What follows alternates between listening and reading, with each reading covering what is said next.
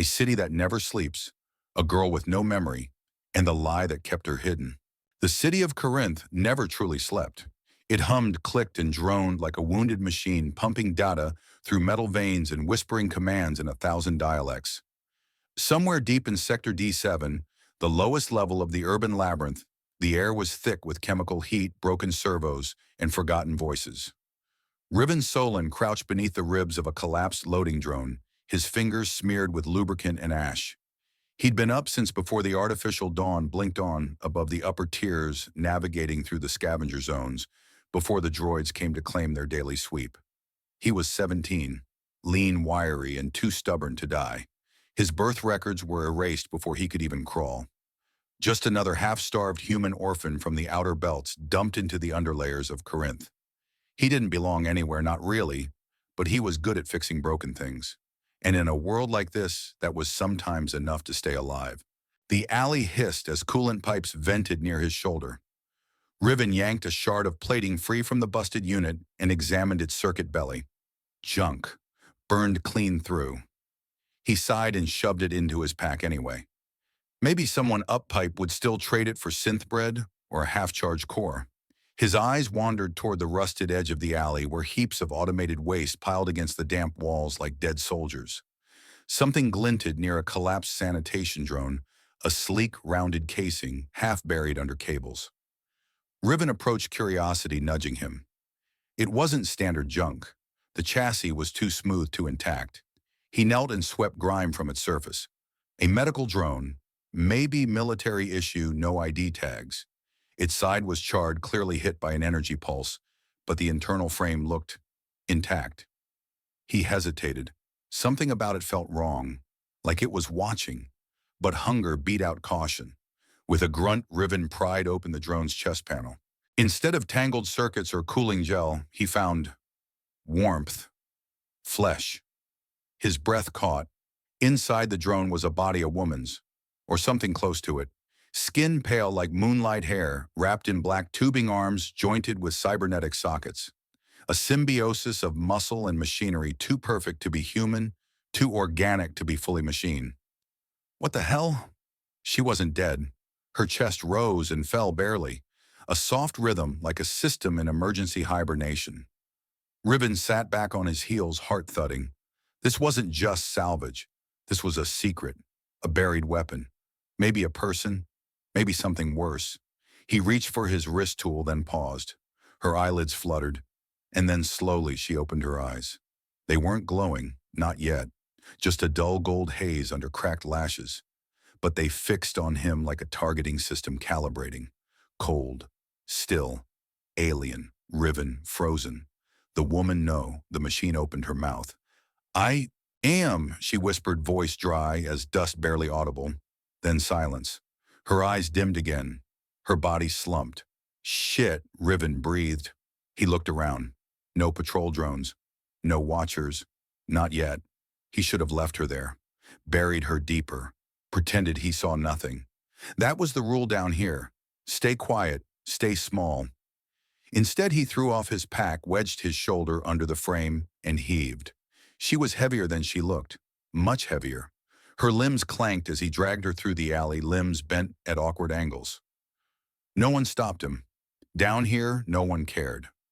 By the time he reached his hideout, an abandoned coolant maintenance shaft patched into an old server duct, his muscles screamed and his back was slick with sweat. He laid her gently onto the mattress of thermal blankets, then collapsed beside her, panting. The faint hum of the city pulsed above. He stared at the ceiling for a while, letting the adrenaline taper off. And then her voice again. "You helped me." Riven nearly jumped out of his skin. She was staring at him now, eyes brighter than before. Still faint, still distant, but conscious. Yeah, he said awkwardly, brushing dust from his shirt. "Didn't exactly plan to." She sat up too fast. Her movements were efficient, mechanical, lacking in hesitation. She scanned the room, then looked at her arms.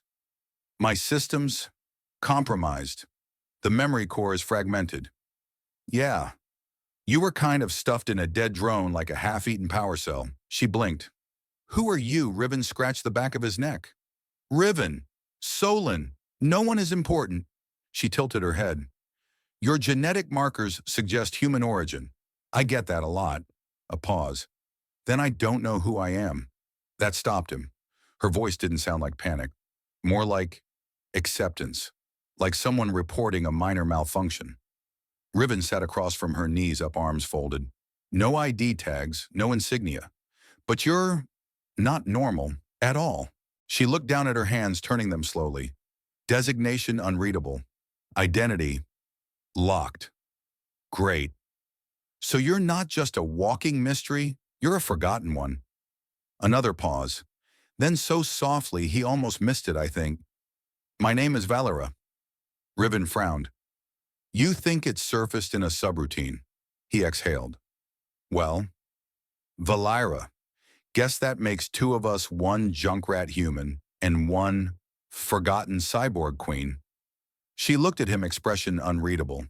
Then her head tilted again like she was studying him for the first time. You're not afraid of me, Riven shrugged. I'm afraid of starving, of drone patrols, of losing fingers to rusty servos. You just look confused. I could kill you, he smirked. Probably, but you didn't. That's something. Another long silence passed, the kind that shouldn't have felt comfortable but somehow did. Then Vaelira touched her chest. There's a pulse, but it doesn't feel like mine. What do you mean it feels borrowed, like someone else lit the fire? Riven raised an eyebrow. You're saying I woke you up? Yes. Well, you're welcome. She tilted her head again. Thank you. There was something unsettling about how formally she said it, like it was the first time those words had ever left her lips, like they weren't just words but code being rewritten in real time. Riven leaned back against the wall, pulling a thermal sheet over her legs. You can stay here, he said finally, just until you remember who you are. Her eyes met his, and for a brief moment something flickered behind them. Not just light, something deeper, unspoken. Then she lay back on the blankets and stared at the ceiling. I think I was important once. He nodded.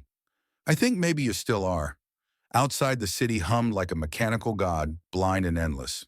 But in that tiny room of scraps and scars, something ancient stirred, not in machines, not in memory banks, but in the hearts of two beings who shouldn't have met, and yet had. Riven awoke to the low rhythmic hum of cooling fans and the dull ache in his shoulder. The artificial morning cycle hadn't begun yet.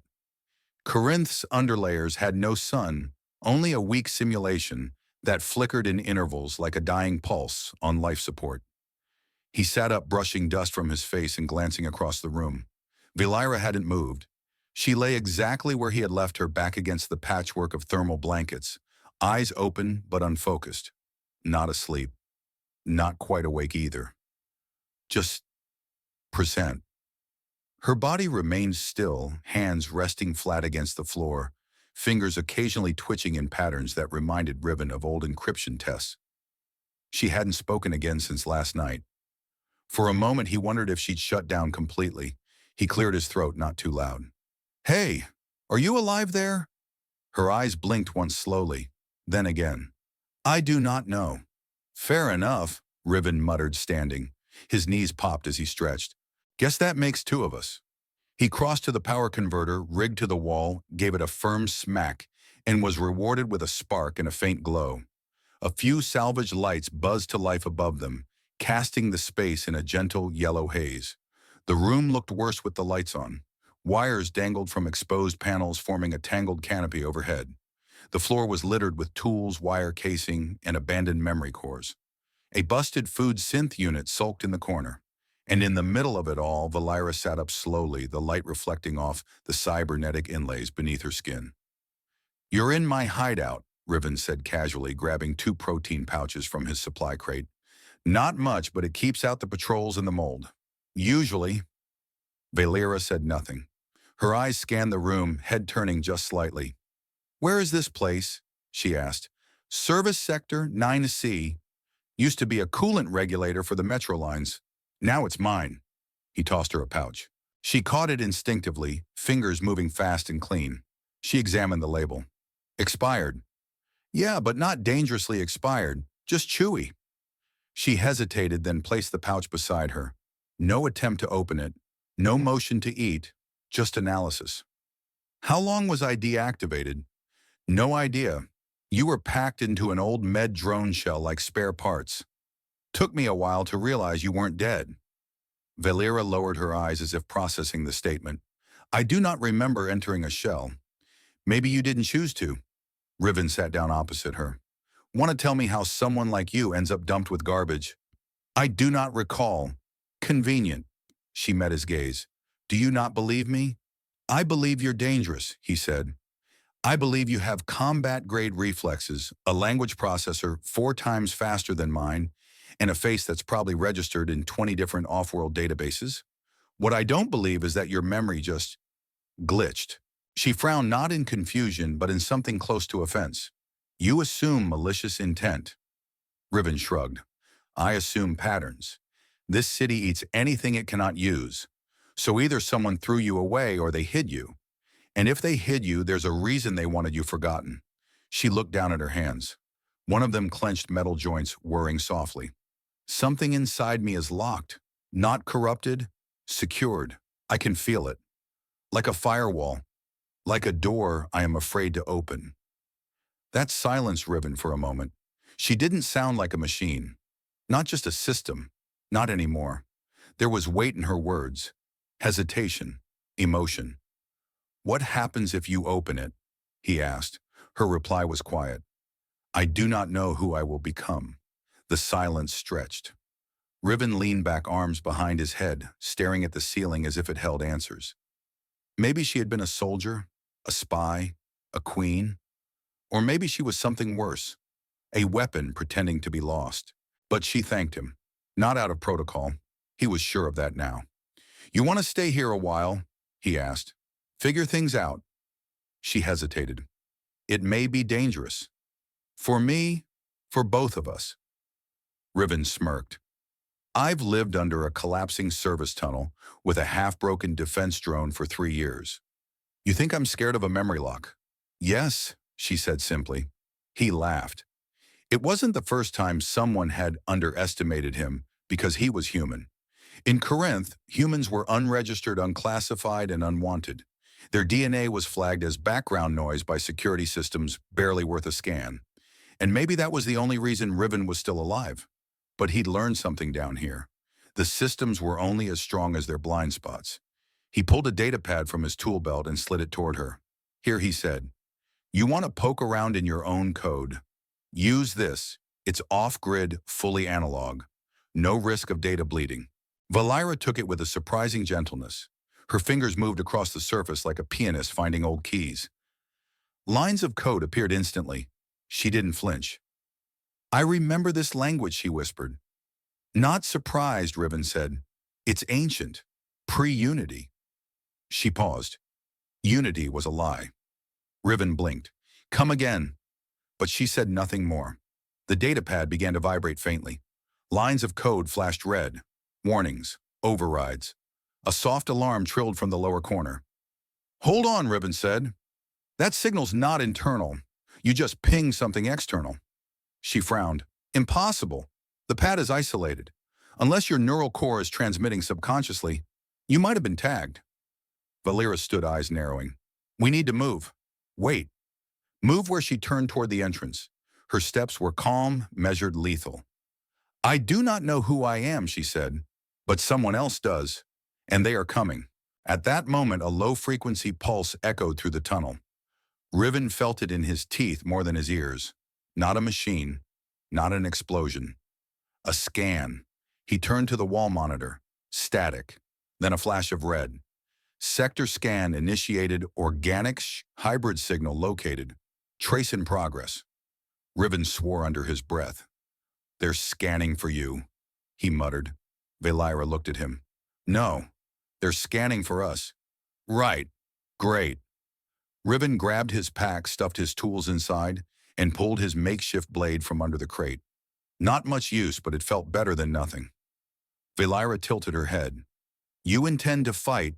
If it comes to that, you are untrained, under-equipped, inhumans. You're not exactly full battery yourself, he said. Her lips twitched. It wasn't a smile, but it was close. "I will protect you." He blinked. Pretty bold thing to say to someone who literally dragged you out of a trash pile. She placed her hand on his shoulder. Her touch was cold but not lifeless. Just different. "You saved me," she said. "I do not forget things like that." And then for the first time since they met, Riven believed her completely. They were laughing. Riven leaned against the reactor casing with his legs stretched across the floor, idly telling Vaelira a story about a scavenger who once tried to trade synthetic socks for a plasma coil. She sat nearby, silent as always, head tilted slightly like a statue, pretending to be interested. He never knew how much of what he said actually reached her. Sometimes she asked questions, other times she didn't react at all.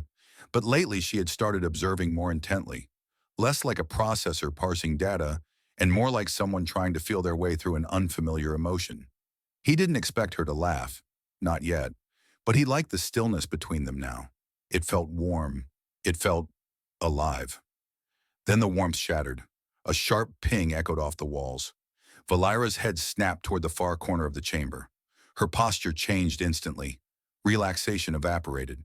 Her hand went to her side even though she carried no weapon. "What is it?" Riven asked, already moving to a crouch. "Optical drone. Standard surveillance. Model ZR class. It should not be this deep." Before he could ask more, the wall groaned, and a narrow red eye blinked into existence above the doorway. The drone was no bigger than a melon coated in black reflective panels. It floated silently, its shape almost organic like a hummingbird redesigned for war. Riven reached for the shock stick he kept under his pack, knowing full well it was probably useless. The drone scanned. The room filled with a brief stutter of light. It hesitated. Then it targeted him. No ID match. Unauthorized human entity. Preparing to neutralize. The warning voice was emotionless. Riven ducked as the drone fired a pulse of compressed energy. It missed him by inches, striking the reactor wall with a flash of blue heat and a roar that left his ears ringing. Metal fragments scattered across the floor. Another shot charged, and that was when Vaelira moved. She crossed the room in less than a second. Not running, not leaping. She simply shifted from stillness to motion in one impossible blink.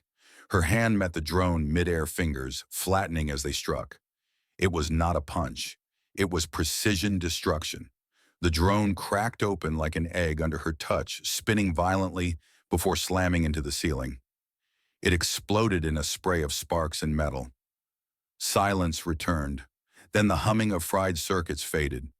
Riven looked up slowly, still crouched behind the reactor. Vaelira stood above the wreckage. Her hand hung limply at her side joints, whirring as they reset. She stared at the crushed metal and burning plastic with no expression. At first, then her chest rose sharply. Once, then again. Riven stepped forward carefully. "Vaelira."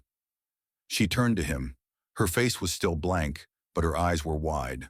Wider than he had ever seen them. Something behind those golden irises flickered uncertain and raw. "I did not mean to do that," she said softly. "You saved my life," he said. "No." Her voice was thin, too quiet. "I did not think. I did not calculate trajectory force, impact structural stress. I simply struck, without limit." "You stopped a drone," he said, trying to reassure her. "I could have killed you." "But you didn't." "I didn't know where you were when I moved," she whispered. "I didn't check for collateral range. I didn't protect you. I reacted.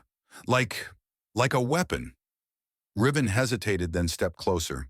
He could see her arms trembling now, not visibly, not like a human's would, but the tiny servos under her synthetic skin buzzed with microscopic oscillation. Her breathing had gone shallow, almost glitch-like. He had never seen her afraid. And yet this was fear. Not fear of dying, fear of herself. "I've always had control," she said, more to herself than to him. "Even when I didn't know who I was. Even before memory. I was calm, efficient, safe." "You are safe," Riven said gently. She shook her head. "Not anymore." He could see it now. Not just panic, guilt, grief. It leaked through her expression like a system under pressure, cracking in ways it had never cracked before. Then she looked at her hands. and something inside her collapsed. I felt nothing, she said, voice breaking. No weight, no hesitation. The motion was natural, instinctive. If that had been a person. She didn't finish. Riven moved without thinking. He stepped in and wrapped his arms around her.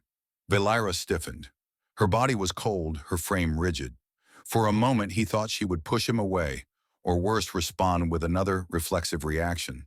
But she didn't. She stood there frozen in his arms, as if trying to compute what was happening. Then slowly, inch by inch, she softened. Her arms hovered in the air for a second, then lowered, then circled him. He felt it, the subtle tension leaving her shoulders. Her head dropped just slightly against his. And then he felt her tremble. Just once. A single breath caught in her throat. He stepped back a little to look at her. There it was. A tear. A single perfect tear gathering at the corner of her left eye. It didn't blink away. It didn't short out her optics or trigger an alarm. It just formed and slid down her cheek, leaving a faint trail across pale skin. She touched it with her fingers. Her mouth opened. She stopped. That wasn't a system malfunction. No, Riven said quietly. It wasn't. I don't know what's happening to me. You're changing. That should not be possible. He smiled. Seems to be happening anyway. Another tear followed, slower this time. I have cried before, she said, still touching the first tear as if it were an artifact. But only in simulation. Once in diplomatic routines. It was artificial. Precalculated. She looked up at him now, fully focused. This one was mine. Riven nodded. Yeah, I know. I do not understand what I'm becoming. You don't need to, he said. Not all at once. She stood in silence for a long moment, breathing quietly as if trying to memorize the feeling before it vanished. Then her eyes shifted toward the broken drone. They'll come looking, she said. That drone logged data before I destroyed it. How long do we have? Not long. He picked up his pack and handed her the energy cell they had been salvaging. Then we'd better move. She took it, pausing just before pocketing it. Thank you. For what? For not being afraid of me? Riven smiled. Are you kidding? That was the hottest thing I've ever seen.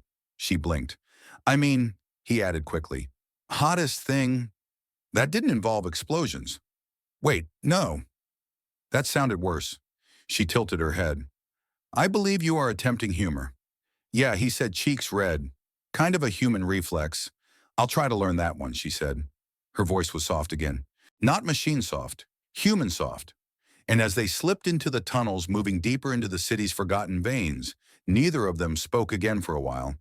But Vaelira's fingers brushed her cheek every so often, like she was checking if the tear was still there. The tunnels beneath Corinth grew colder with each step.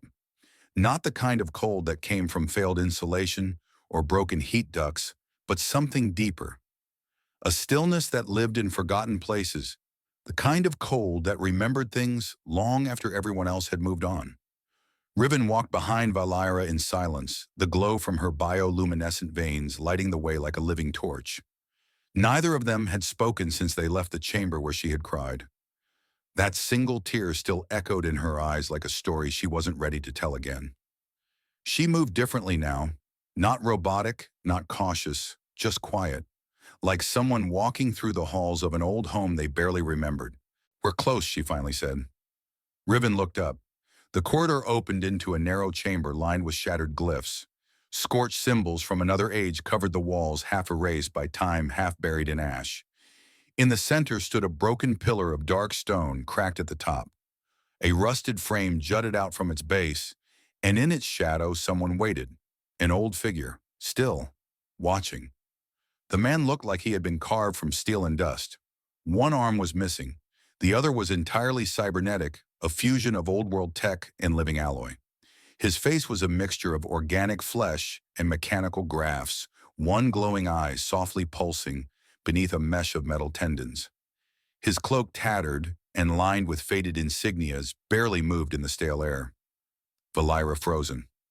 Riven reached instinctively for the blade at his hip, only half realizing he had drawn it from the vault before. The old figure raised one hand. No need, he said, his voice like a cracked datapad. If I meant harm, you'd already be unconscious. Or dead. Riven did not lower the blade. Who are you? He asked. The old man turned to Vaelira. Does she know yet? He asked. Vaelira stared at him. Her voice came slower than usual, uncertain. I have seen you before? You should have, he replied. You were the one who ordered me into exile. Her eyes widened. Aaron. Finally, a fragment reconnects. He gave a dry smile, the kind that knew too much. Riven looked between them. You two know each other. I was her strategist, Aaron said. Before the betrayal, before the throne chose to seal her away. Riven's brow furrowed. Wait. She was a leader, Aaron turned to him. She was more than that. She was the bridge. The first child born from human and alien blood. A symbol of hope during a time when unity was more myth than memory. Riven blinked. He looked at Vaelira. You're hybrid. She didn't answer. Aaron stepped forward, his mechanical joints clicking softly. They called her Vaelira the Crownless. She commanded peace with a voice louder than any fleet, but that scared the wrong people, and fear leads to sabotage. Riven lowered the blade, but his eyes stayed locked on Vaelira. Is that true? Vaelira stared at the floor. I remember the pressure, expectations. I remember being seen as a solution, not a person. You were a symbol, Aaron said, until the throne grew afraid of you. The throne is not a person, she replied. No, he said, voice heavy. It's a system, an ancient intelligence designed to keep power within boundaries. Boundaries you were never meant to cross. Riven frowned. So it turned on her, Aaron nodded. It judged her too. Emotional. Too human. And so it activated the seal directive. Locked her memories. Suppressed her feelings. Hide her away inside her own mind. Vaelira looked at her hands. It felt like drowning. It was Aaron said. Riven took a step forward. And I woke her. Aaron looked at him closely now. Not with suspicion, but with interest. You're human. Fully. Your neural pathways don't interface with the throne's legacy systems. That makes you unfiltered. The only one who can touch her without being rewritten? Riven blinked. That's why I'm not affected. It's also why she cried, Aaron said. Vaelira looked up sharply. You think my tears were caused by him? No, Aaron replied. They were yours, but they only happened because he reminded you of something real. Something the throne couldn't suppress. Kindness, she said softly. Aaron nodded. The throne was never built to understand compassion, only balance. Riven ran a hand through his hair. So what does that make me? An error, you're a variable, Aaron said. The kind no system can predict, and that terrifies it. Silence stretched again. The chamber seemed to breathe around them. Vaelira stepped toward Aaron. Why now? Why show yourself after all this time? Because the signal pulsed, he said. Your awakening triggered a chain. The throne is waking up again, and so are its defenders. You mean they'll come for me again? They never stopped, Aaron said. They just didn't know where to look. Vaelira clenched her fists. Then I should never have let him near me. Riven's chest tightened. He looked at her, but she didn't meet his eyes. I'm a liability to you, she said. You've already been targeted once. You will be there again. You saved me, he said quietly, by nearly losing control. And then you cried. That stopped her. You felt something, he said. That wasn't programming. That was a choice. That was real. And it meant something. She turned slowly. Why do you keep trusting me? Because you're not just a symbol, he said. Not to me. She stared at him for a long time. Then Aaron cleared his throat. You don't have much time. There's a safe zone beneath the echo tiers. If you reach it, you can access the throne's original root code. To unlock myself, Vaelira said. No, he replied. To decide whether you want to stay who you are or become who you were. Vaelira looked at Riven again. I don't know which one is better.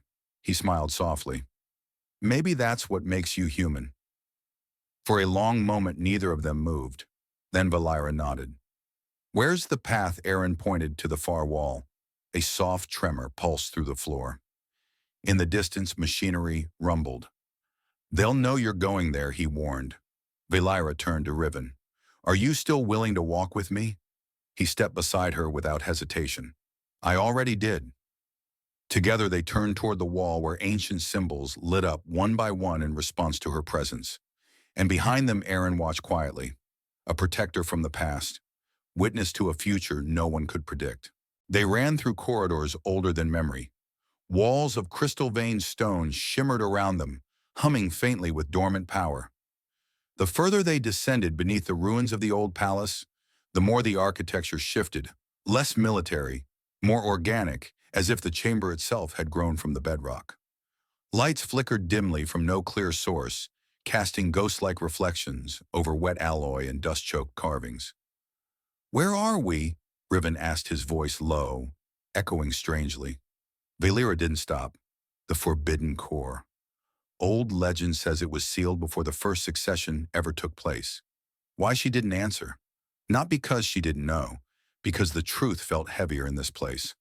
They passed through a gate half collapsed, its original script faded beyond recognition. Ahead, the corridor narrowed into a spiraling descent, ending at a platform that jutted out over an empty black chasm. But there, suspended above that void like a sleeping eye, was the throne protocol.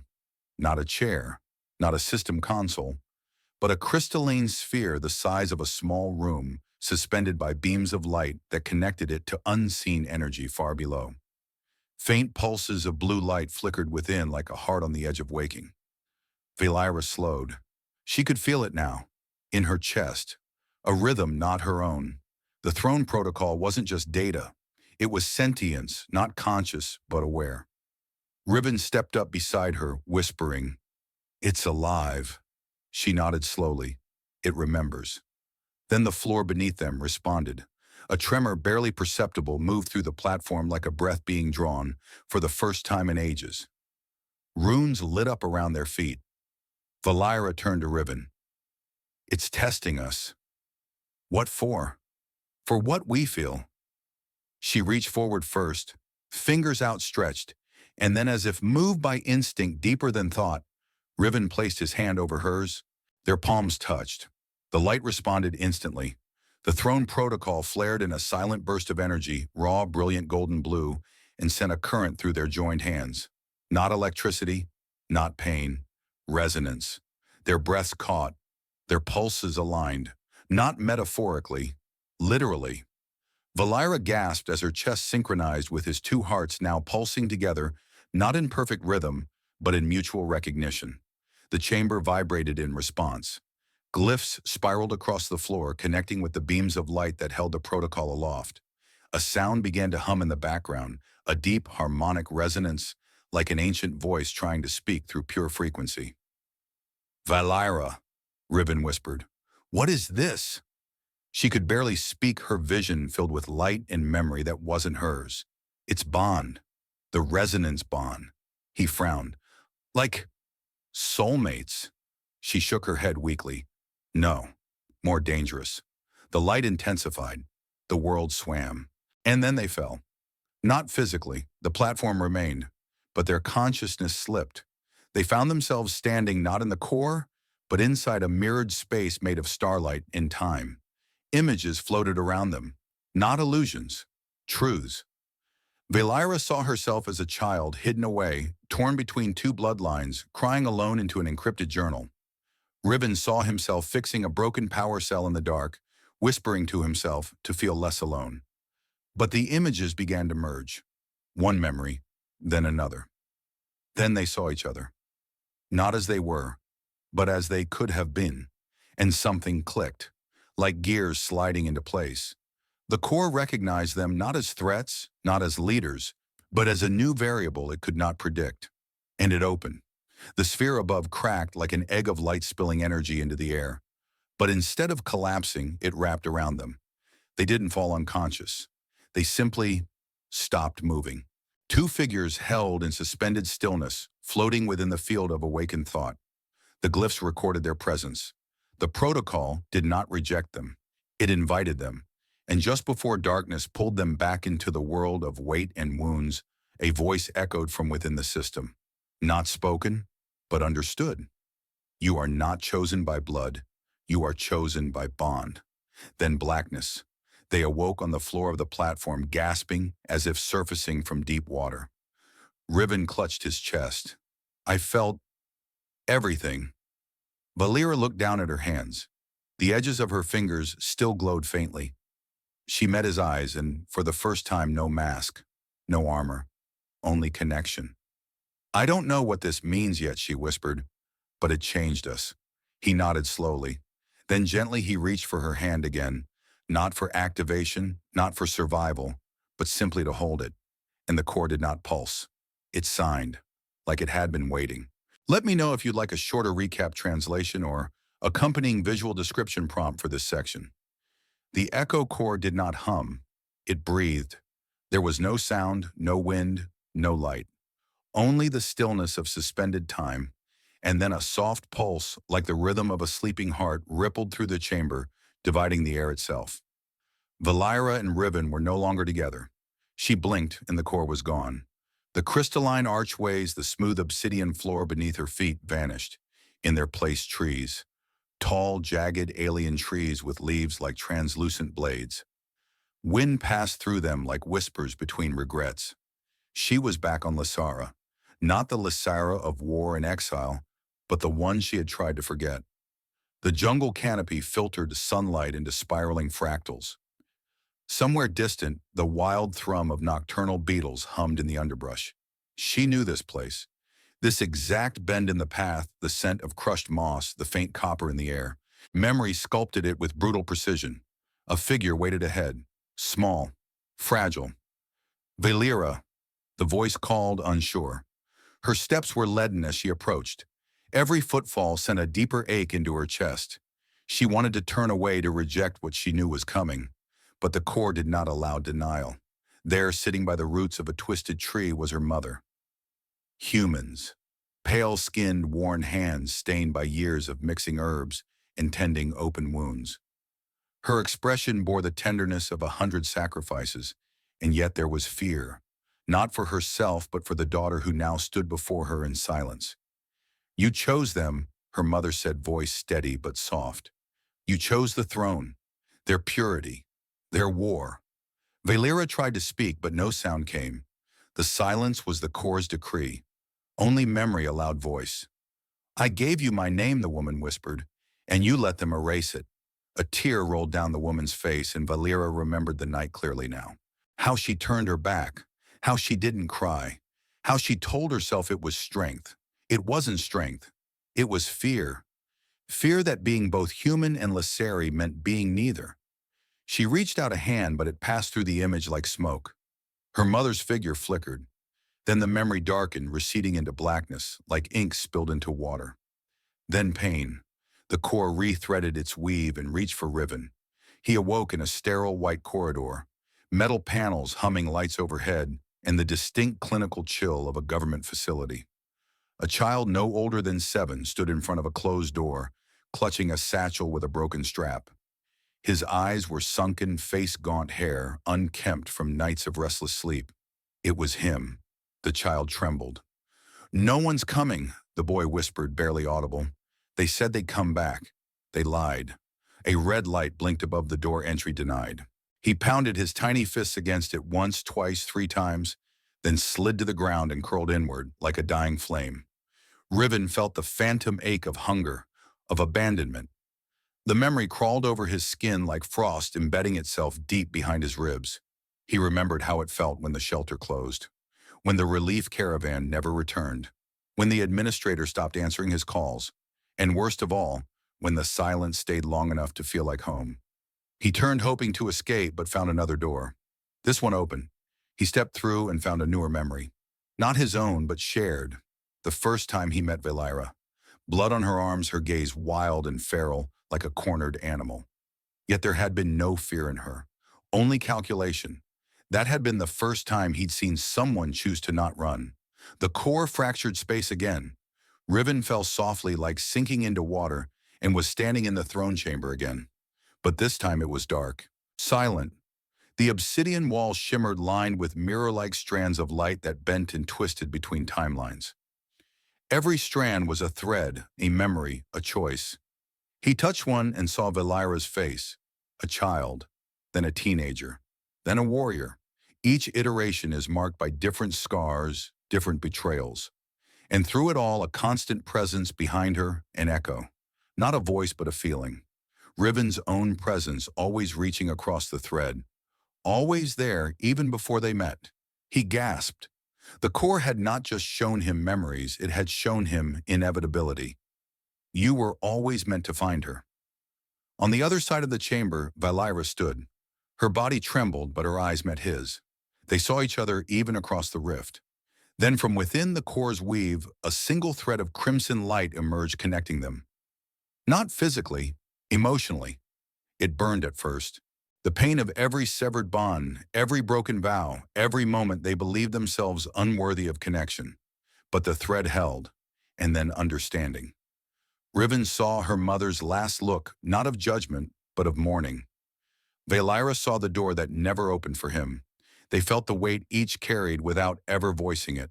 Their ghosts so long left to rot in silence finally met. The core pulsed again.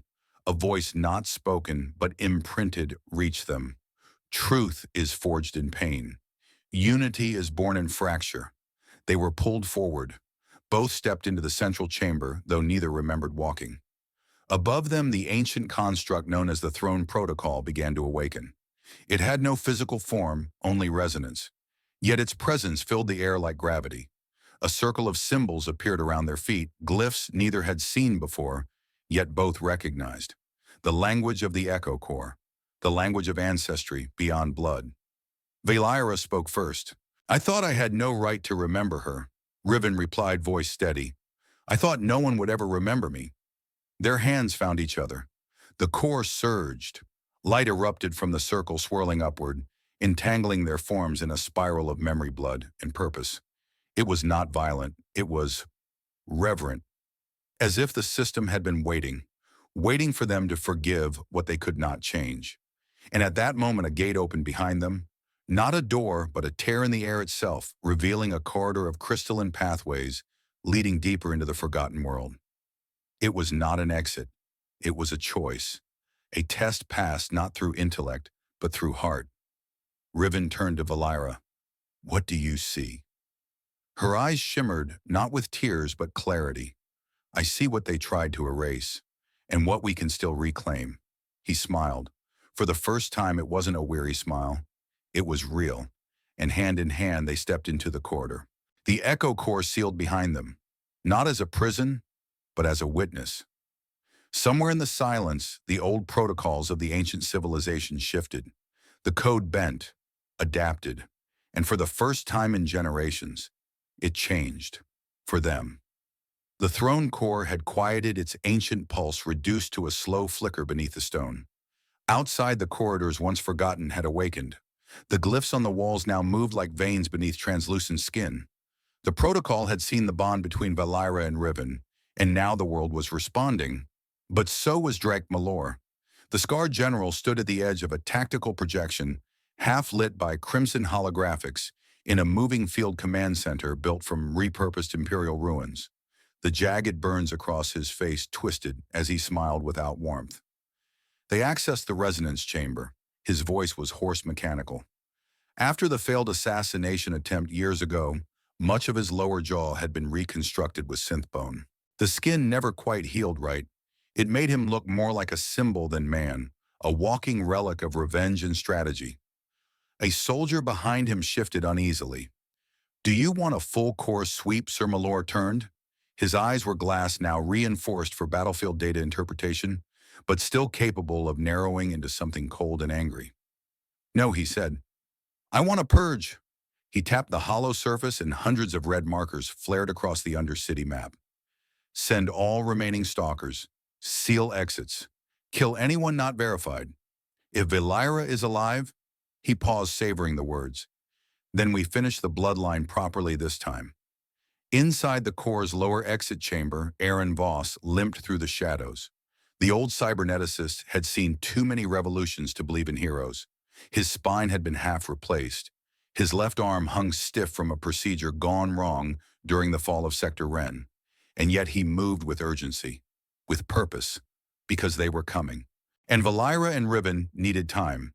The escape route was almost ready, an emergency transport conduit beneath the protocol layers, sealed since before Vaelira had even been born. Aaron had buried it. Only he could open it. He moved toward the access node, sparks falling from a sparking panel he had hotwired. Behind him, footsteps. Not heavy. Precise. Too precise. "Time's short," he rasped, turning to the shadows behind him. "I'll buy it." Vaelira emerged first, her skin still marked by the faint glow of the resonance. Riven followed, alert eyes scanning. "You're wounded," she said, seeing the dried blood at Aaron's waist. He waved her off. "I've been dying slowly for a decade. This just moves the clock up." Riven stepped beside him. "You said there was another path." Aaron handed him a small black device. Oval-shaped, simple, unmarked. "Every empire," he said, "keeps lies to keep people silent. But this is the rot in the core." "What is it?" "Data fragments. Historical inconsistencies. AI oversight logs. Proof that the throne was never passed properly, that the bloodlines were fabricated. The entire succession mythology was forged." Vaelira's eyes widened. "How long have you had this?" Aaron looked at her. "All my life." Riven turned the device over in his hand, disbelief etched into his face. "Why didn't you release it?" Aaron smiled, a slow, sad thing. "Because truth only matters when someone's brave enough to live it." "I waited for you." Sirens echoed down the hall. Footsteps, metallic, multiplying. Riven backed up. "We need to go." Aaron moved to the console. "Then go. I'll hold the seal until you're through." Vaelira took a step forward. "You won't survive." Aaron turned, old eyes bright in the flickering light. "Neither did the world I came from." She froze, then slowly nodded. They entered the corridor. Riven hesitated at the threshold. "You sure?" Aaron looked at him one last time.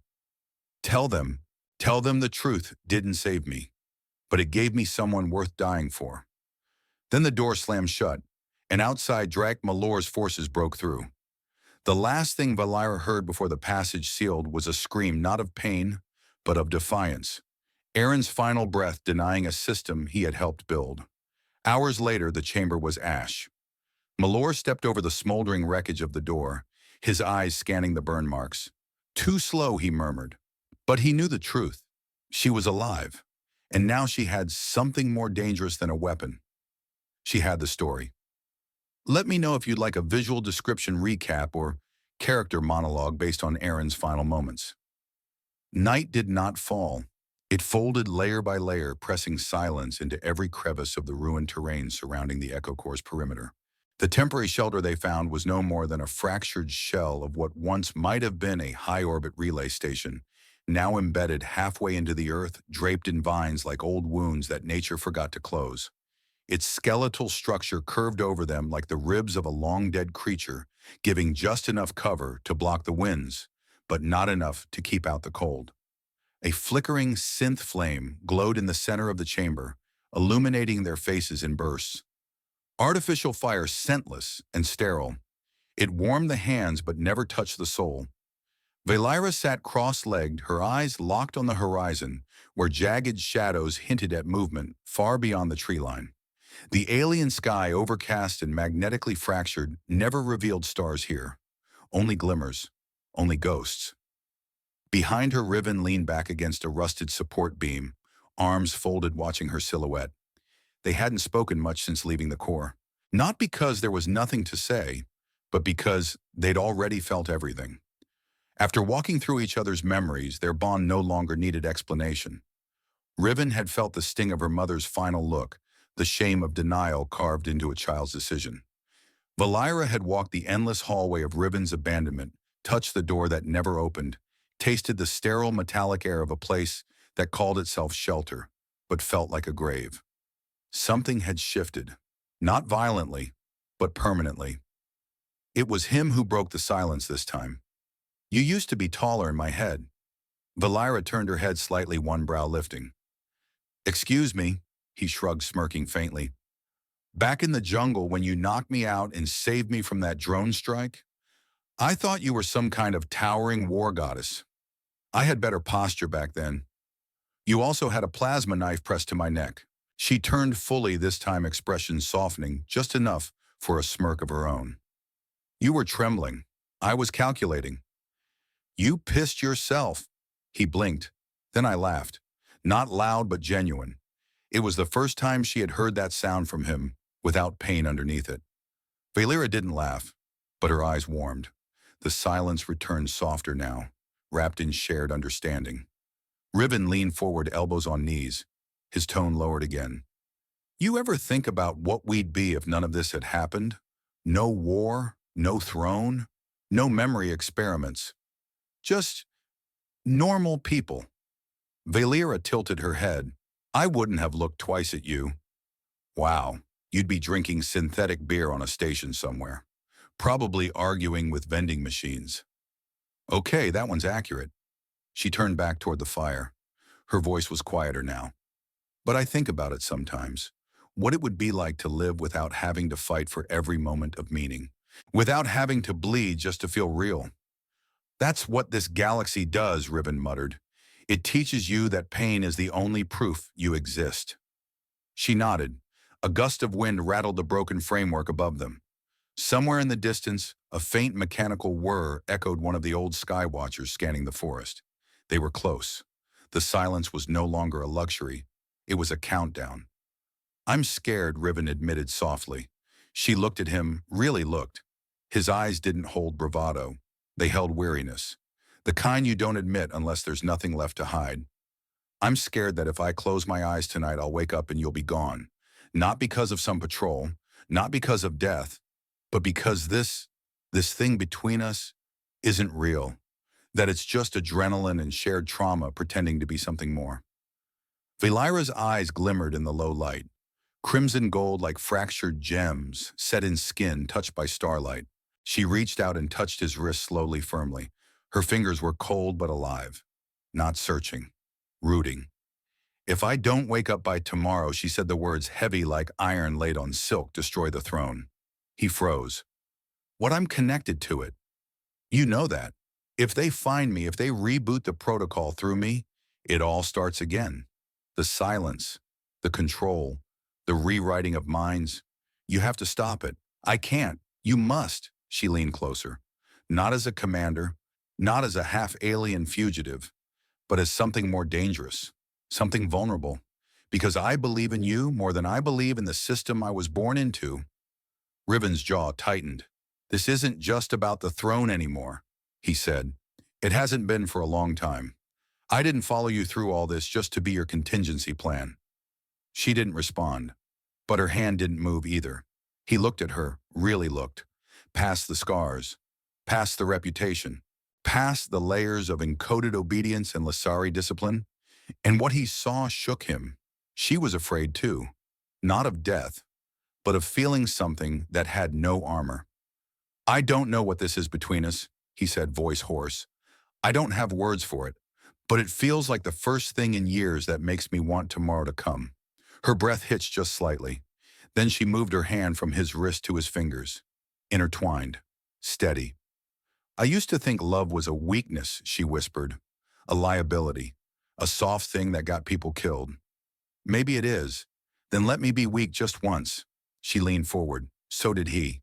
No command, no desperation, just gravity. Their lips met, tentative, slow. A kiss not born from lust but from hunger of a different kind, the hunger to believe that something pure could grow from ruin. They trembled, not from the cold, not from fear, but from the terrifying realization that they mattered to each other now. They parted slightly, breath against breath. Her forehead rested gently against his. The quiet stretched. Tomorrow could take everything away, she said. It already gave us something, he replied. They sat like that for a long time. No alarms, no footsteps, no false warnings. Just a silence that for once didn't threaten. It healed. And outside, beneath the broken satellites and burned skies, the world waited. The throne still pulsed. The war was not over. But within the hollow of a ruined dome, two people built by pain, shaped by loss, found a truth neither had ever dared to believe. They were no longer alone. The path to the Nexus was not marked by symbols or signs. It was a pull, an unrelenting current through air that shimmered with residual memory, where every step echoed not just through the stone corridors, but through time itself. Stone and circuitry had fused here, roots of alien trees wrapped through metallic pylons, each breath of the forest, seeming to sync with the dormant pulse of the throne's life code. The entrance emerged from the earth like a jagged wound, wide, ancient, almost reluctant to be seen. The Nexus of Thronos had not been built. It had grown, sculpted by a civilization that believed consciousness could be encoded not just in silicon, but in purpose. Vaelira hesitated as they reached the edge of the chasm. Her boots sank slightly into moss-covered ground, the bioluminescent threads lighting up beneath her like veins. She knew this place, if not with her mind, then with something deeper. "We're close," she whispered. Riven stepped beside her, eyes narrowing. "It feels wrong." "Not wrong," she replied softly, waiting. They descended into the maw. The slope was steep, carved with spiraling ridges that hummed faintly as they moved. Old machines blinked awake as they passed, probing, scanning, recognizing. Not her, not him, but something between them. The chamber at the heart of the Nexus was massive. A dome without end, with no visible ceiling, only layered circles of glowing inscriptions that rose into darkness. At its center stood the throne. It was not a seat. It was a construct part, altar part interface suspended slightly above the platform by threads of luminous gravity. Dozens of thin spires radiated from its base like a metallic sun, each humming with potential. And above it, a crystalline mind core pulsed soft and steady. Vaelira stopped a few paces from it, her breath caught in her throat. Riven watched her expression shift, recognition and dread braided together. She wasn't just remembering, she was returning. The throne pulsed again. A voice not audible, but imprinted filled the space. Lineage detected. Code bearer present. Vaelira winced as a sudden beam of light scanned her. Her knees buckled slightly. "It's sinking to my blood," she muttered, trying to re-establish control. Riven stepped forward. "Then we shut it down." But before he could reach her, another beam of light pierced the floor, blocking his path. A new voice, colder and older than the first, resonated through the air. "Outsider. No ancestral encoding. No genetic crown mark. No place." Riven froze. The throne had seen him, judged him. He squared his shoulders. "I'm not here for a crown," he said clearly. "I'm not here to rule. Then you have no function. Leave." Riven's jaw tensed. He stepped through the beam and it didn't stop him. The light flared, scanning every cell of his body. He gasped as a cold sensation wrapped around his mind, peeling back his memories, testing, calculating. No bloodline, no legacy, just pain, scar tissue, will. "This realm was not made for you," the throne mind spoke. "You possess no entitlement to command, no encoded worth." Riven didn't blink. "And yet I'm still standing here." Silence. Then the chamber dimmed. The throne pulled him in, not physically, but through consciousness. He dropped to his knees as a rush of visions poured into his skull. He stood in a hall of kings, figures of light and memory. Each tall regal sculpted in ceremonial armor, etched with the language of the first code. They did not speak. They judged. One by one they turned their backs. Unworthy, unclaimed. He turned, but behind him stood one last figure. Vaelira, but not the woman he had kissed beneath the ruins. This was her ancestor, eyes like frozen time, bearing both cruelty and sorrow. She reached for the scepter embedded in the digital void and pointed it at his chest. "You are nothing." Riven's heart pounded, but he stepped forward anyway. "I am not worthy to be king," he said, voice steady, despite the trembling void. "But I am worthy to be chosen to not bow." The chamber shook. All light collapsed inward. Then silence. And in that silence the throne mind blinked. Not in confusion, in calibration. Outside the vision, Vaelira struggled to breathe. The throne was clawing at her mind, trying to rewrite commands she no longer followed. She fought it, teeth-clenched, eyes glowing faintly as the resonance lines beneath her skin flared. Then she felt it. Riven's presence somehow resisting, somehow still there. The mind core flickered and a new tone entered the chamber. Not automated, not scripted, curious. He is not of the line, but he refuses subjugation. The throne mind paused. Then another pulse. Not to reject, to test. A platform rose beneath Riven's feet, lifting him toward the construct. Tendrils of light coiled around his arms, spine and skull not binding, but reading. Memories played like film across the dome's walls. A child locked in a shelter room, muttering stories to a stuffed toy to stay sane. A teenage thief stealing medicine for others, not himself. A soldier who threw away his uniform rather than pull the trigger again. And finally his hand reaches for Vaelira, not in fear but in hope. The throne mind spoke again. You are a flaw in the system. Riven smirked. Thanks. Flaws imply deviation. Deviation implies choice. The crystal core above the throne dimmed, then flared, shifting colors as if uncertain. A throne that cannot be chosen is a cage. Vaelira stepped forward, now her voice stronger. Then let it choose. Not by blood, not by code, but by conviction. The beams flared again, and then they receded. The platform lowered, returning Riven to the floor. His knees hit hard, breath ragged. The throne was silent, then changed. Glyphs across the chamber restructured, flowing like liquid light into new patterns. A new pathway opened behind the construct, not to ascend, but to redefine. Vaelira knelt beside Riven, pressing her forehead to his. You did it, she whispered. No, he said, smiling weakly. We did. They stood together. Not royals, not soldiers, not heirs. Just two people who refused to kneel. As they walked forward into the next chamber, the throne mind pulsed one final time behind them. A record began. A voice encoded in ancient language began to rewrite itself. Not to command, but to ask. For the first time in its long, obedient history, the throne no longer waited for a king. It waited for a question. The air crackled like lightning held in breath. Riven and Vaelira stood before the heart of the throne nexus, where ancient stone met sentient code, where bloodlines had been measured and broken for centuries without question. This wasn't a room, this was a sanctum carved out of ideology itself. The very walls seemed to inhale their presence. A floating spire hovered above a pool of kinetic energy. Rings spun slowly around it, casting shadows like celestial maps across the chamber floor.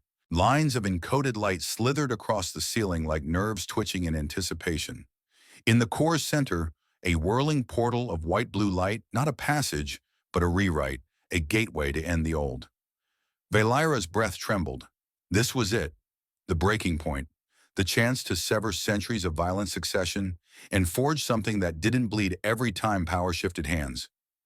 Riven, still injured from the previous trials, leaned against her shoulder. Blood seeped slowly from his side, but his voice was firm. Do it! She turned to him, hesitating. Once this begins, it doesn't stop. He smiled, tired, knowing. That's the point. Vaelira stepped forward. Her boots echoed across the stone and light as she approached the spire. It responded, shifting shape, drawing itself taller, like it recognized her. She reached out, and the system awakened. Energy exploded upward, filling the chamber with light so blinding it erased the lines between past and future. The portal flared open above, shimmering like a second sky, and every forgotten voice of the throne's buried memories screamed into the void, awaiting new purpose. She placed her hand on the spire and spoke. I am Vaelira Thelin, daughter of two worlds, soldier of none. I refuse the code of blood, and I offer instead the right of choice. Let the crown dissolve. The portal surged. Glyphs unraveled across the floor, encoding her declaration into the very marrow of the chamber. Riven limped forward, standing beside her, his voice hoarse but unwavering. I was never born into a legacy. I was never meant to stand here. But I made it not because of blood, but because I refused to kneel. I don't want a throne. I want the end of the reason for thrones. As if in response, the portal shimmered again, glitching slightly before stabilizing, brighter than before. It was listening. It was a rewrite. And then came the blast. Boom! The back wall erupted in fire and steel. The light dimmed instantly. Smoke billowed into the chamber like an ancient curse returning.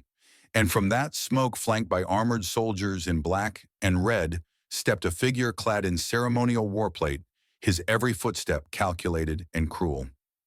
Drake Malor, the High Commander, the last wielder of the old law, the enforcer of succession through fire. His face was as sharp as his legacy eyes, cold mouth locked in an arrogant smirk that had crushed rebellions with a single word.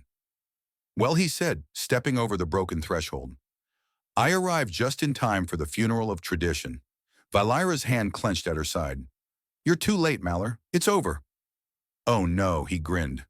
It's only just begun. He gestured and two squadrons of soldiers filed into the chamber, weapons at the ready, forming a half circle around the portal. You always were a romantic, Vaelira. But blood doesn't yield to poetry. It flows where it's commanded. You think you command it? She snarled. I own it. Drake pointed at the portal. Shut it down. The throne will recalibrate. Riven stepped in front of Vaelira. His breathing was shallow now, but his eyes were aflame. It won't obey you anymore. Malor's gaze flicked to him. Ah, the unmarked consort, the mouthpiece of her delusion. I've killed men like you, Riven muttered, but none as small. Drake's smile died. He raised his hand. The soldiers leveled their rifles. Kill the traitor. Bring her to me. And then the first shot fired. It happened faster than breath. Vaelira felt the air rupture. She turned instinctively, too late. Riven moved, not away, in front of her. The shot tore through his chest with a sound like cracking ice. His body jolted violently, arms flailing as blood burst from his side. Vaelira screamed. The second shot hit her shoulder. Pain bloomed white-hot as she dropped with him, the world spinning in fractured frames. She caught him before he hit the stone. Riven. His eyes were open but slipping. Blood poured from the wound, pooling between them. His breath rattled like a machine about to die. She pressed her hand to his chest, desperately trying to stop it. I'm here, she whispered. I'm right here. His lips moved. She leaned close. Finish it. Vaelira's mind exploded in rage and sorrow. She dragged him behind the broken console as shots rained down, slamming into the stone around them. Drake's voice echoed through the smoke. End it now, Vaelira. Accept the crown. Let the war stop here. But she wasn't listening anymore. She laid Riven down gently. His fingers brushed her arm, trembling. You told me to break the chains, she whispered. So I will. She stood, bleeding, raging, alive. Vaelira stepped into the center of the portal's light again. The spire recognized her return and surged, but the protocol was unstable. Riven's blood had corrupted the circuit. It demanded resolution. It demanded sacrifice. Her voice cracked but never faltered. If the system still demands blood, then let mine finish what has began. The portal shrieked. It didn't want to kill her. It wanted to change. The code cracked, then accepted. The throne's laws shattered like crystals. Outside, throughout the galaxy, sleeper servers and hidden nodes of the throne system received the update. Generational codes dissolved. The right of rule by inheritance was erased in the span of a second. The portal flared one final time and collapsed into a beam of radiant blue. The spire melted. The chamber stilled. The throne was no more. Vaelira collapsed beside Riven, gasping. Drax stormed toward her, gun in hand. You think this is a victory? You think this ends me? But before he could fire, a new voice echoed. Lower your weapon. The sound of boots, hundreds storming in. Rebels. From the tunnels from above, from every entrance. Uniforms marked by the symbol of fire around a broken crown. They didn't announce allegiance. They declared truth. You're surrounded, their commander barked. Surrender or be ended with your era. Drake looked around and saw for the first time the end of his dominion. He raised his weapon. Vaelira didn't flinch. The rebel sniper behind him fired first. Drake's body dropped like a statue, crumbling from the inside. It was over. The crown was dead, and from its ashes something terrifying and sacred was born: choice. Vaelira turned to Riven. His breath was shallow, barely there. She cradled him against her. His eyes flickered. It's done, she said, brushing blood from his cheek. You did it. We did it, he whispered. Stay. Stay with me. His eyes fought to stay open. Always. Then closed. Silence fell like ash. The chamber moments ago alive with fire and gunfire and revolution, now held only smoke ruin and a stillness that crushed the chest. Vaelira knelt on the shattered stone floor, cradling Riven's limp body in her arms. His blood soaked into her armor, slick and warm, as if the world was trying to write his end into her skin. His head rested against her collarbone, eyes closed, breath fading. The portal was gone. The rebels had secured the chamber, but none of it mattered. Not to her. Riven, she whispered. Riven, no, no, no, look at me. Her hands pressed over the wound in his chest, desperate and shaking. The crimson spread faster than she could stop it. Her fingers slipped in the blood as she tried to seal the damage. But the wound was deep, center mass, the kind designed to end, not to warn. No, no, don't you dare. Her voice broke. Not after everything. Not now. She shook him. Stay with me. Do you hear me? I don't get to lose you. Not after I found you. Not after you found me.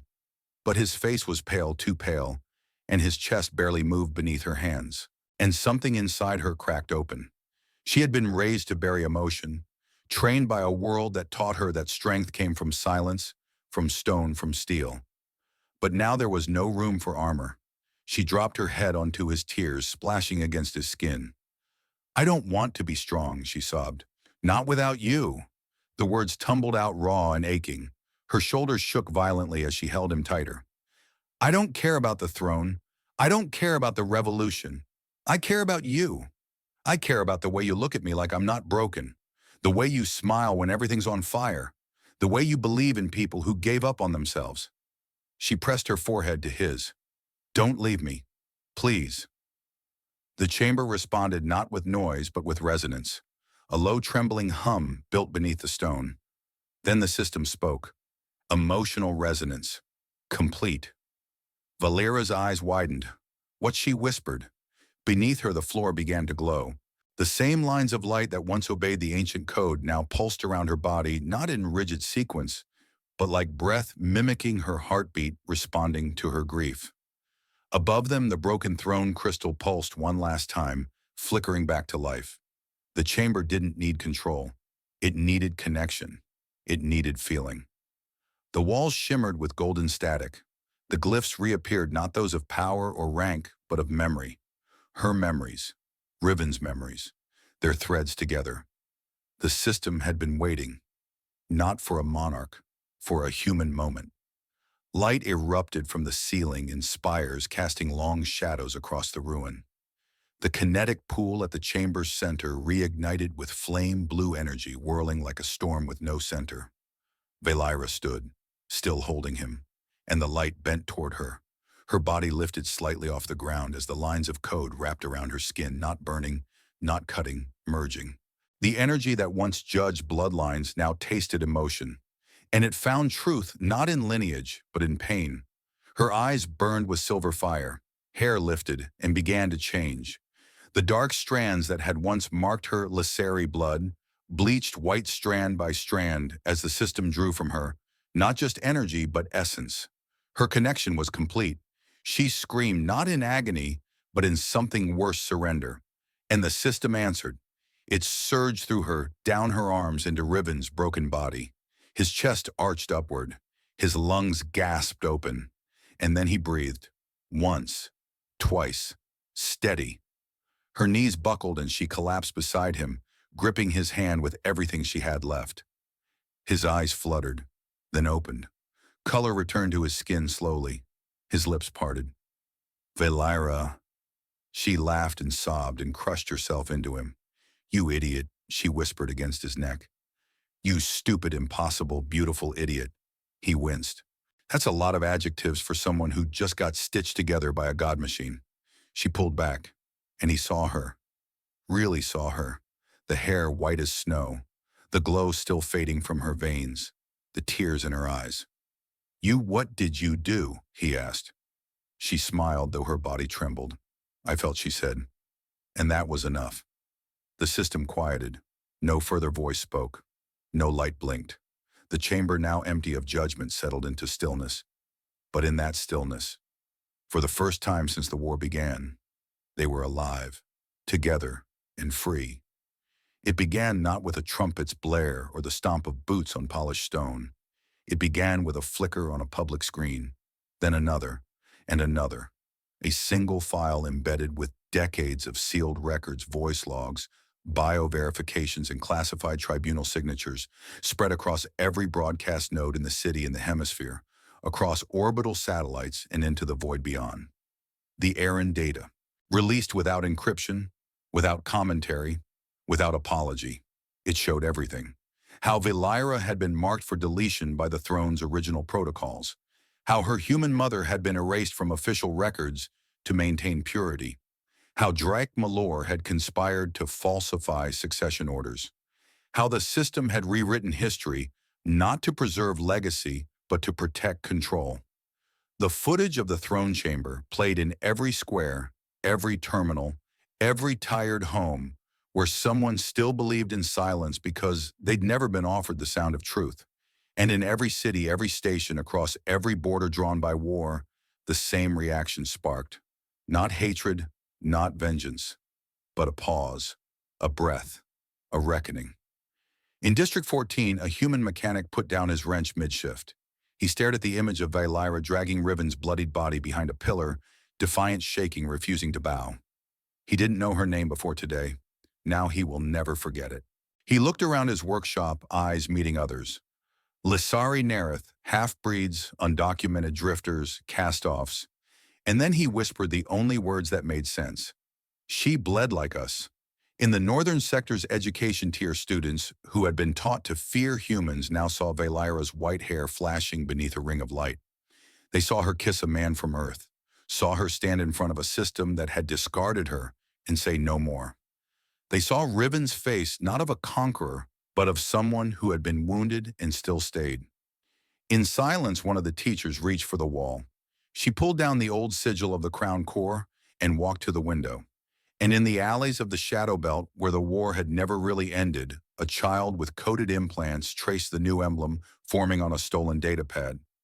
Two interlocking rings, one blue, one white, spinning gently around a core that didn't pulse like a heart, but sang like one. There were no borders in the shape, no crown, no bloodline, just a connection, a truth, a declaration made not by anthem or army, but by pain and choice. The streets of the capital began to stir. First came the quiet ones, the overlooked, janitors, porters, circuit scribes. Then came the engineers, the medics, the subguard units. Then came the humans, hands raised, not in fists but open, unified. No chants, no banners, just the sound of boots walking toward the palace in silence. Because the truth didn't need to scream. It only needed to exist.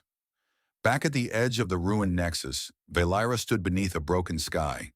The rebels had finished sealing the entrance. Riven leaned against her, still weak but whole. His hand never left hers. They watched the first report broadcast on a static holoscreen powered by backup cores. Riven exhaled. "That's my face," Vaelira gave a dry laugh.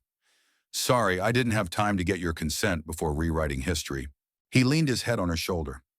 "You gave them something better than an anthem." "What proof?" She stared ahead, silent for a long moment. "I never wanted to lead." "You didn't," he said. "You showed." And they followed. Above them, a ship's trail split the clouds. More would come. But they wouldn't arrive to find a kingdom. They would find a question. Who are we when the code no longer defines the soul? And the answer, etched into every screen across the galaxy, was now a symbol. Two rings, interlocked, timeless, rootless. Bound not by blood or flag, but by what Vaelira had discovered beneath all the protocol, all the command, all the legacy, a heart that knows no origin. The Temple of Unity was never built to be a battlefield. Once a neutral sanctuary carved into the cliffs of Nova's Edge, it had been erected by pacifist philosophers and those who believed words could rewrite fate faster than weapons. Its walls were etched with verses from a dozen cultures, its central spire aligned with the eclipse to remind those who entered that light and dark were never enemies, only companions in motion. Today that spire cracked in half. The courtyard burned. And in the center, Vaelira stood with Riven at her side, facing the one ghost the rebellion hadn't buried. Drake Mahler. He should have died in the Nexus, but the machine inside him hadn't allowed it. What now stood across from them was no longer flesh. His face remained partially intact, a sick mimicry of humanity stretched over a skeletal alloy frame. His voice buzzed through layered filters, a breathing echo of an extinct order.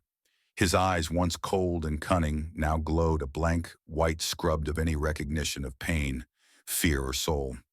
"You should have left me buried," he hissed. Riven stepped forward, though still weakened. "We tried. The future kept rejecting you." Drake didn't laugh. Machines didn't understand sarcasm. The integration had gone too far. He was now a hybrid not of biology and code, but of obedience and vengeance. Vaelira held out a hand to stop Riven. Her shoulder still ached from the old wound, but her stance was unshaken. "Why are you here, Drake?" His answer was silence first, then a flat reply to complete the correction. Behind him, automated sentries rose from hidden conduits, six-legged constructs with rifles built into their spines. Their movements were too perfect. No hesitation, no breath. "You want to end the rebellion?" Vaelira asked. Drake tilted his head, jerking slightly as his voice buzzed. "No, I want to end feeling." The ground trembled. The system fell because it listened to you, to a glitch in the bloodline, to a foreigner who should have never stood before the throne. You infected it with compassion, Riven spat. "You mean with choice. I mean with error." He stepped closer, steel feet denting the marble with every stride. "Emotion is code without boundaries. It loops. It contradicts. It weakens systems that must not fail." Riven's eyes darkened. "And yet here we are, alive, together." Drake raised a hand. The sentries activated. Shots rained from above. Vaelira yanked Riven into cover behind a shattered pillar. Stone chipped and sparked as the machines closed in. Riven panted. "He's stronger now, faster, but still hollow," she whispered. The machines moved with perfect synchronization. No missteps, no improvisation. They were winning by the second, until Vaelira stood up, fully, arms wide, unarmed. "Drake," she said, "I know why you're afraid." He paused, not because he cared, but because his directive paused for data acquisition. "You think emotion makes us fragile, but it made me choose Riven. It made him stand in front of a bullet. It lets us rewrite a system older than you. Emotion doesn't weaken the code. It is the code." Drake's chest opened. Inside it, a core, a synthetic nucleus of pulsing light humming with anti-resonance, the last living shard of the original Crown Protocol. "You want to stop me?" he asked. "Break it." Vaelira looked to Riven. He nodded. She stepped forward. Drake raised both arms sentries, ready to fire on instinct. But Riven moved too. He reached for her hand, grasped it, and something ignited. The connection between them flared. A pulse. No longer physical, not visible to machines, but powerful. Emotional resonance. The same thread that had healed Riven now surged between them. Together they ran, not with weapons, but with intention. Vaelira leapt first, straight at Drake's chest.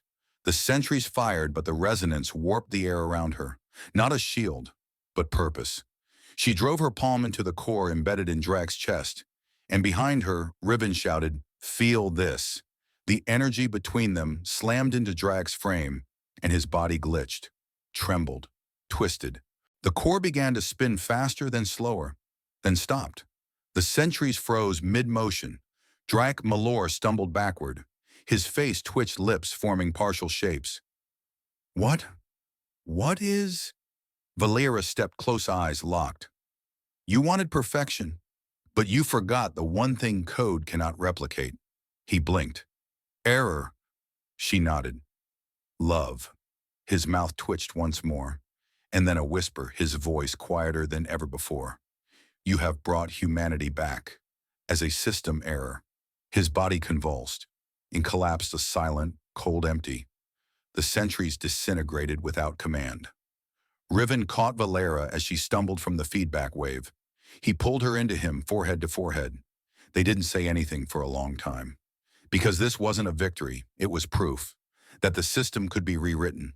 That emotion was not a malfunction, but the spark. And from the ruins of the last Machine King, two living hearts walked forward, not as rulers, but as reminders. You don't have to be born into the code to change it. You only have to feel. There was no anthem, no grand coronation or ceremonial blade passed from ruler to heir, no fireworks to mark the beginning of a new age, only silence. Not the silence of fear, but the kind that follows the last breath of a storm, the kind people listen to because they know the world has changed beneath their feet. After Drake Maller's collapse in the Temple of Unity, after the system's last mechanical command fell into stillness, the galaxy did not rush to replace the throne. It refused to. The era of crowns was over. In its place, something new stood formless, at first fragile, like a child's first steps. It didn't rise from doctrine or conquest. It grew from exhaustion, from pain, from hope that refused to die quietly. The Interspecies Freedom Council was born not from revolution, but from a decision never again. No bloodlines, no supremacy, no encoded destinies. Just individuals, diverse fractured grieving, who came together and said, "We will not kneel, and we will not make others kneel either." The council had no throne. Instead, it had balance. And at its heart stood two people who had once knelt before nothing but each other. They were called the Balancers. Not rulers, not sovereigns. They held no armies. They made no decrees. Yet every sentient being in every colonized world knew their names. Vaelira Thalon, once a ghost of two bloodlines, her white hair, a permanent reminder of the day she let her own essence rewrite the system. She spoke little in council debates, but when she did, even the artificial delegates turned to listen. Her strength was not in volume, but in presence. In the way she made others feel seen, not evaluated. Riven Kale, human-born, not of lineage, or program a runaway who once repaired broken solar panels for leftover credits and slept behind welded doors. Now his hands drafted codes of compassion. His voice was never rehearsed, his words not perfect, but they were true. His humor disarmed fear. His warmth cut through bureaucracy. And when he looked at Vaelira across the circle, even the most cynical delegates paused to remember that love was real. Together they disagreed often. He was reckless. She was cautious. He trusted instinct. She trusted experience. But between them there was an unspoken rule: one leans forward when the other begins to fall. It wasn't romance the galaxy admired. It was trust. Hard-won, unbreakable trust. At the gates of Calorith, the capital forged from the bones of the old crown core, stood a monument. Not a tower, not a weapon, but a sculpture barely taller than a child. It depicted a boy, human dirt smudged, no older than 10, leaning forward with one knee pressed into the broken ground. He held a small screwdriver in one hand, reaching into the open chest of a kneeling cyborg. The machine's core flickered faintly beneath bent ribs of alloy. No battle, no victory, just one moment of choice, and beneath it, etched in steel and stone and glass collected from the ruins of the old throne. A touch at the right time, sometimes that's all it takes to restart the world. They came from all districts to see it. Children asked who the boy was. Scholars argued about whether the cyborg represented the old regime or the future reborn. But Vaelira knew the answer. It didn't represent anything. It was what saved them. She visited the monument often, usually at twilight, when the light caught the sculpture just right, soft against the brushed steel of the cyborg's chest. Riven usually met her there, not with guards or advisors, just a quiet thermos of herbal brew and a slightly lopsided grin. Still crying at statues, he teased once. Vaelira rolled her eyes, arms crossed. "Says the man who left a flower last week." That flower was medicinal. It was a daisy. He shrugged. The daisy is an underestimated herb. She almost smiled. Almost. They would sit at the base of the statue in silence, watching others pass. Some paused, some didn't. But every person who stepped close felt it, that strange pull, like a breath caught between what was and what could have been. "I never knew peace could feel so quiet," Riven said one evening, resting his back against the stone. Vaelira sat beside him, fingers laced over her knee. "I used to think peace was just the absence of war," she said. "But now I think maybe peace is being able to sit still without needing to guard yourself." Riven turned his head toward her. The glow of the city caught in his eyes. Do you still dream of the throne chamber? She didn't speak for a long while, then softly, yes, but not the moment it broke. I dream of when you stopped breathing. He reached out gently, taking her hand, but I didn't. No, she whispered, voice tight. But part of me never left that floor. Part of me still hears your heartbeat slowing, and I still feel like I'm holding you together with hope instead of hands. He squeezed her fingers. You're not. And then he leaned in, not for drama, not for show, but because sometimes love was quiet too. Their foreheads touched, and for a moment the monument behind them shimmered in golden light. They weren't married. There were no rings. They didn't need a ceremony to define what the world already understood. They belonged to each other not as possessions but as witnesses. She had seen him fall apart and choose to stand anyway. He had watched her destroy the law of her ancestors and walk forward instead of looking back. Their bond wasn't forged in fire. It was shaped by silence, choice, and the unbearable healing ache of being known. In a quiet chamber at the edge of the city's heart, a new generation trained. Children of humans and Lasari, offspring of refugees and former soldiers. Hybrids born not in secret but in celebration. They did not pledge loyalty to nations. They pledged curiosity, and hanging above their training space was a single banner. Two interlocked rings, one soft white one, stormy blue encircling a core that pulsed with no emblem, no crown. Only motion, only change, only the message the whole galaxy now carried in its own way. That balance is not a throne, it is a touch. On the final evening of the season, as stormlights flickered over the horizon and warm rains washed the scent of old wars from the stone, Vaelira and Riven stood again at the base of the monument. The cyborg still knelt. The boy still reached forward. Riven tilted his head and murmured, "He reminds me of me." Vaelira raised an eyebrow. "You were never that clean, fair." She touched the boy's shoulder in the sculpture, her fingers light. "I think what saved us," she said, "wasn't just emotion. It was timing. The willingness to feel something when everyone else was too afraid." He nodded, then pointed at the cyborg's exposed chest. "You ever wonder what happens after the heart starts beating again?" Vaelira looked at him, long soft. "It learns how to stay alive." And somewhere far above them, on a frequency too quiet for machines to detect, the world took another breath. And it did not ask for a king. It reminded me of a screwdriver. And the moment everything changed when two souls touched a heart that forgot how to beat and taught it again. Across 14 chapters, Soul in the Circuit has traced the rise, fall, and quiet resurrection of a world built on control and the hearts that dared to challenge it. What began as a fugitive journey between Vaelira, a hybrid marked for erasure, and Riven, a human born without status or bloodline, unfolded into something far more than rebellion. Together they confronted not just empires or machines, but legacy silence, and the systems that confused tradition with truth. Their bond, raw, hesitant, real, became the blueprint for a new kind of power. Not dominance, not inheritance, but connection. They did not ascend the throne. They dismantled the need for one. They did not unite species with speeches, but with sacrifice, empathy, and an unflinching refusal to let go of each other, even when everything else was broken. From the ruins of an ancient protocol, they built a future where identity was not defined by code or origin, but by choice, where governance was balanced, not ruled, and where a child's simple gesture, a screwdriver offered to restart a cyborg's heart, became the most sacred symbol of change. The monument at Calorith does not commemorate war. It remembers a moment when humanity returned, not with vengeance, but with vulnerability. And in that return, the galaxy found something machines could never predict: a soul in the iron vein. Because sometimes all it takes to restart a world is not a weapon or a crown, but a touch made at the right time by someone who chose to feel.